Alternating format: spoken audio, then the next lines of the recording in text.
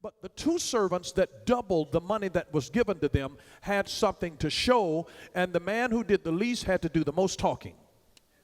He had to explain, I knew that you were a hard man, and I know you didn't want anything to be lost, and so what I did, I dug it in the earth, and he's got to go through this whole explanation, all of this long, drawn-out explanation about that. You know why? Because you always have to explain failure. You never have to explain success. You always have to explain failure. You never have to explain success. If a child comes home with straight A's, they don't have to explain. You don't have to explain that. But if you come home with D's and F's, boy, what have you been doing? Girl, what? You think I just sent you up to that school trying to look cute? You want an explanation of the failure, because you always have to explain failure, but you never have to explain success. But fear caused the lazy servant to do nothing. The servant who hid his talent is referred to as both wicked and lazy. Notice that. He's referred to as wicked and lazy. Wicked, wicked, and lazy. Because wickedness is the result of evil. And evil is anything that pulls you away from your God-intended purpose.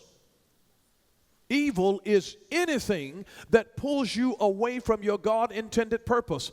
So if you are wasting too much of your time on the television or on the internet or on your telephone, and if it's pulling you away from your God-intended purpose, that's evil to you.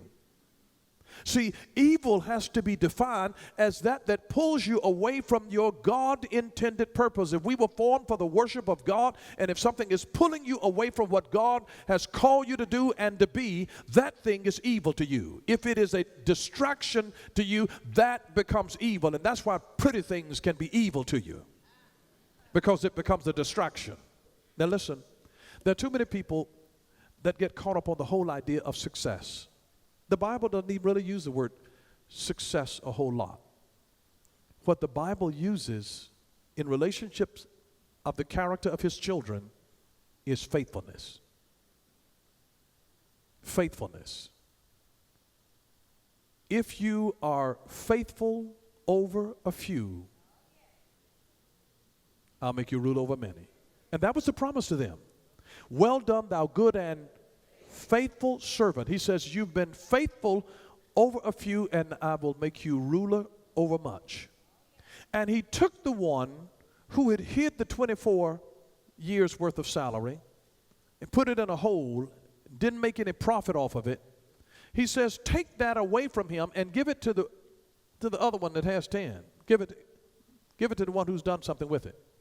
I'm going to take it from the irresponsible one and give it to the one who has responsibility. Because God never gives responsibility without accountability. To do so is to corrupt a person.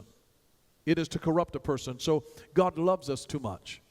But I just want you to realize that the Lord of the harvest, he's coming back, and he's going to be looking for a harvest. He knows that he gave us seed.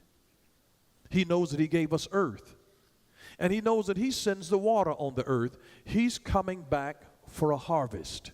He's coming back for a harvest.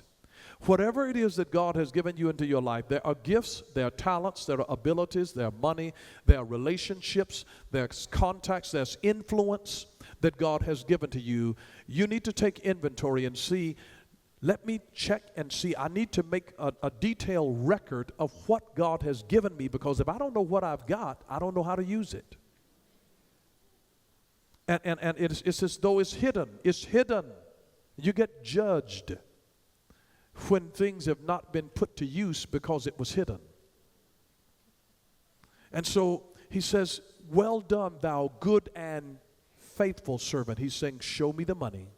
Show me the money. Show me the return on what I gave you. I left you seed. I left you earth. And I promised to send the water.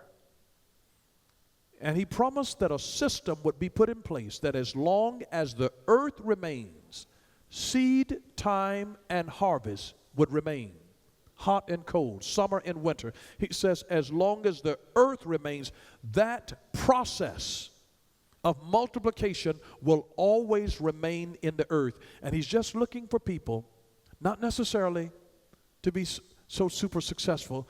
No. Your goal is to be faithful to what God called you to do. You see, God might speak to you and tell you to get up and do something, and you may not reap the harvest of that.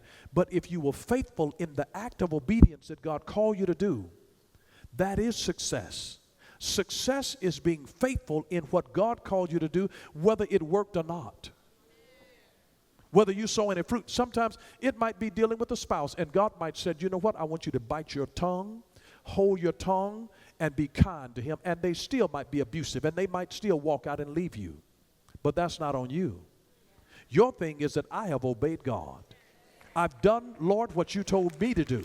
I did what you told me to do. I did what you told me to do. God might say you go into your job, you work and give them an honest day's work and have a smile on your face.